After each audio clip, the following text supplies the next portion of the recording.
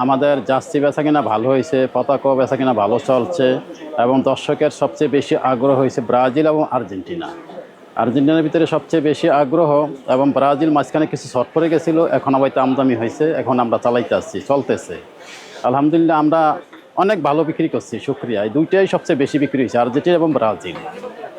কি কি ধরনের জার্সি রয়েছে, দাম কত, ইয়ের এডিশন কোনটা, নরমাল আছে কিনা, একটু যদি বিস্তারিত বলতেন আমাদের।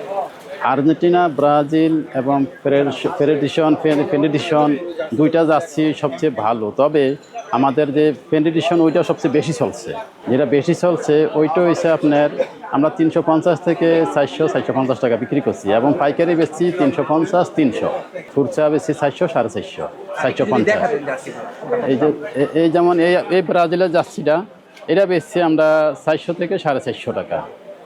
এইটা এই যে এটা বেশি 400 থেকে 450 টাকা। আর এই হচ্ছে আর্জেন্টিনার যে জার্সিটা দেখছেন, এটা হচ্ছে আপনার স্টিকার। এই জার্সিটা বেশি আমরা 400, 450, 500 টাকা বিক্রি করছি।